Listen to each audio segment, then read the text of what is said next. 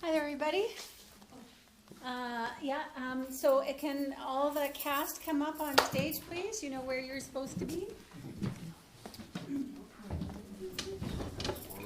So while that's happening, I'm just going to talk a little bit. I think, Marna, you were saying that we were going to find out a little bit about what we did. And so I hadn't actually put that into the intro, so I thought I would just give you a little bit of how this all happened. So the stories that Jane was telling you earlier, just now, we wanted to be able to convey using improvisation. And so what we did over the time, and we met more often than was scheduled, definitely. So everybody was really interested in working hard and giving their hearts to this tiny little project. So what we did was the first game, improvisational game, is called Rashomon. And what that is that the same event gets told by three different people as three separate stories. So I realized that we hadn't talked about this, but I'm just going to break it down for people. Okay, so it's just going to be a few minutes. So that's the first one. And then the second one is just traditional storytelling, where one person starts in improv, one person starts a story, the other one continues, and it just naturally goes until there's a natural ending. So then the third one is, it's called a symphony story, and these are all modes of storytelling, just to be really clear. So the last one is a symphony with little bits and pieces coming from everybody. Okay? So, without further ado, I would like to introduce our matron goddess, but before I do, I would like to have Jean come down stage with her chair. Thank you. Oops, where do you want it? There you go. Okay. So, now I would like to introduce you to our matron goddess, and that is Pandora herself. Can I have a round of applause, please?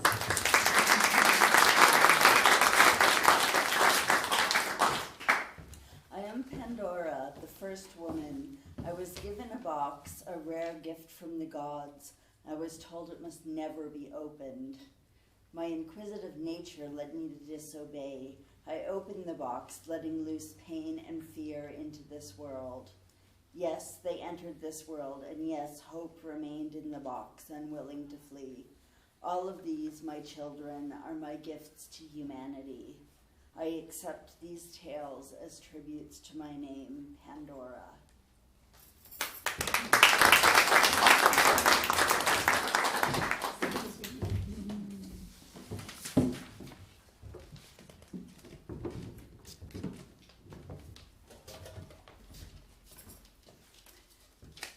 I remember going to the art studio that day.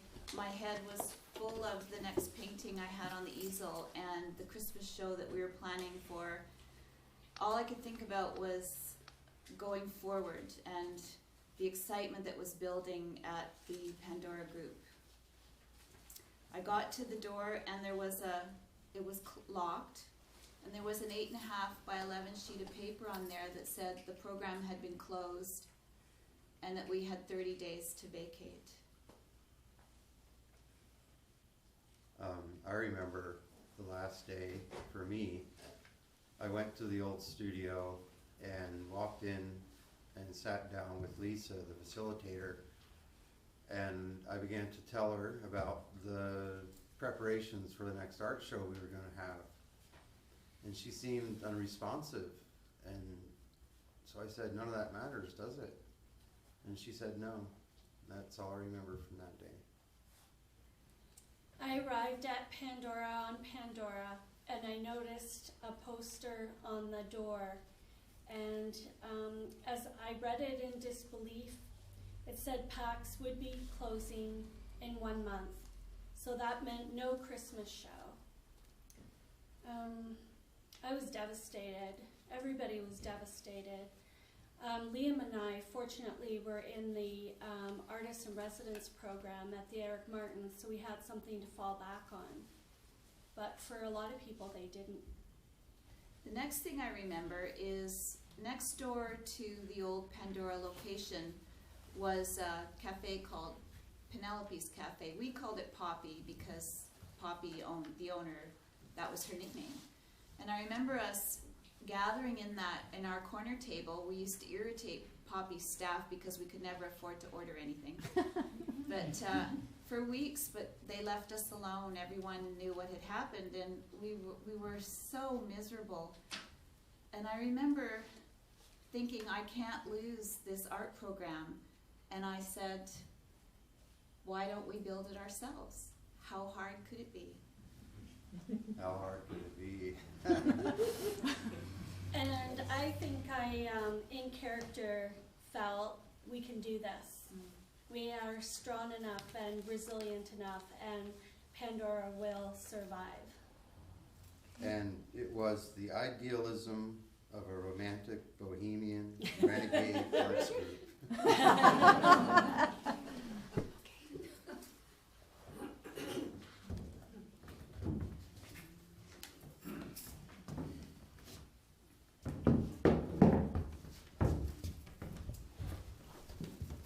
So I went looking for a location. I had all but given up. About a year later, we had been meeting in cafes and my house and at Laurel House. And then a friend said, have you checked with the FCA, because they'll take just about anybody. And that was how we found this location. We actually were offered a place at the place down the road too on Gladstone, but we turned them down. Because we were too messy. It was kind of mutual. Um, So if there's one image though that comes to mind from those early days, it's paperwork. yes. And you have something for me? Yes, I do. That's the next grant. It's 3 inches thick. Like I was saying before about the quality of life challenge that I became involved with at that time. I guess it speaks to the networking that occurs in social service organizations, but it really helped me learn some principles like inclusion, which I talked about before. Well, we had to get it became evident being on the board that we had to get charitable status because there were so many things, so many grants that we couldn't get without it, and we couldn't go back to the same people all over again asking for money without it. But it was a lot, and I mean a lot of paperwork. There were so many. And we had all kinds of people helping us, like Anna Meek and Richard Chamberlain and Mike, and finally we managed to dot all those I's and cross all those T's and get all our ducks in a row, and we finally got it. And after that we could get the Victoria Foundation, and they came in and they actually helped us write that. So that was really good. We were really on our way when that happened. That was super. Early attempts at the charitable status were unsuccessful. I do remember though getting back from Revenue Canada 6 closely typewritten pages, double-sided, with stickies, telling me how to fix the document that I had sent them. At one point it became evident that we were growing and we couldn't handle what was coming in through the door. I brought everyone into the boardroom one day when we decided we had to do something more about the paperwork in terms of a treasurer, bookkeeper, and I had spread all of the paperwork all over the boardroom up here in the building behind us. And I said, look, this is what's happening. We have to do something about it. Shortly after that was like this. Oh yeah, then Opus Art Supply put a can by the cash register to collect money for Pandora Arts. And they collected quite a bit, and they matched it with their own money. And so the first thing we went back there and spent a lot of it. And then we realized that with this money, we could get a facilitator who happened to be Lindsay.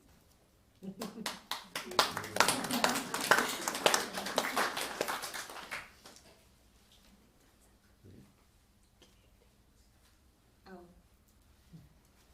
Blank. Yes. Yeah, so now, come. Nancy? Will?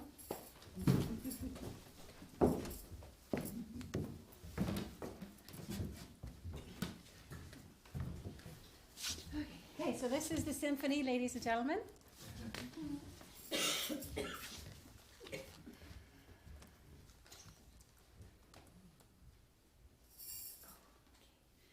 In 2005, I suffered a traumatic brain injury in a car accident. We decided that we wanted to have everybody in the neighborhood come and do art with us. What a wonderful thing that would be, and people. There was a woman who was nearly blind, nearly deaf. She was mute, and she had her own unique sign language. The gallery, running the gallery provides some of the most rewarding experiences for me.